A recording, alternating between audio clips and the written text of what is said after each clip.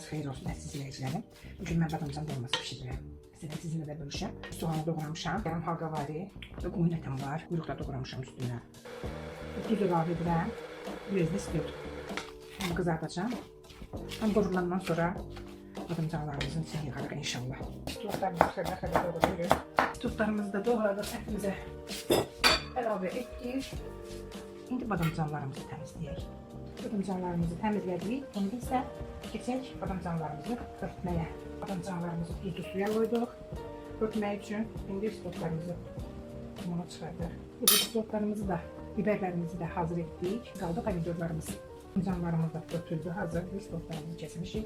İndi isə badamcanlarımızın, stoklarımızın ətinə düşmək üçün bir hazırlayıram. Duz, keşniş toxumu, qarışım, sarıköş əlavə edirəm və qara istiot qarışdırıq. Hazır olsun və indi pomidorlarımızı. Pomidorun içərisini çox çıxartmayaq. Çox çıxardanda pişib hazır olanda dağılır, tərəz etmək olmaz. Pomidorlarımızın içərisindən çıxan yumuşaq hissələri ətimizə qatırıq. Göylərimizi də doğrayaq. Keşniş, reyhan və göy soğanımız yoxdur. Göy soğan olanda göy soğan da əlavə edirəm. Azərbaycanda kəvər əlavə edirdim. Çox təəssüf ki, burada kəvər tapılmır. Göylərimizi də ətimizə əlavə etdik. Mən göyləri əlavə edəndən sonra bişirmirəm əti. Çünki onda dadı çox yaxşı qalır. Ətimiz hazırdır. Badamcanlarımızın, biberlərimizin, pomidorlarımızın içərisini dolduraq və pişməyə qoyaq. Budur dolmamız. Qaynayır. Bəh.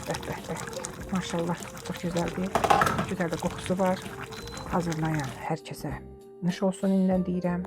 Allah hamınızın ruzisini bol etsin ki, evlatlarınız üçün hazırlaya biləsiniz. Ürəyiniz nə istəyir hər bir yeməkdən.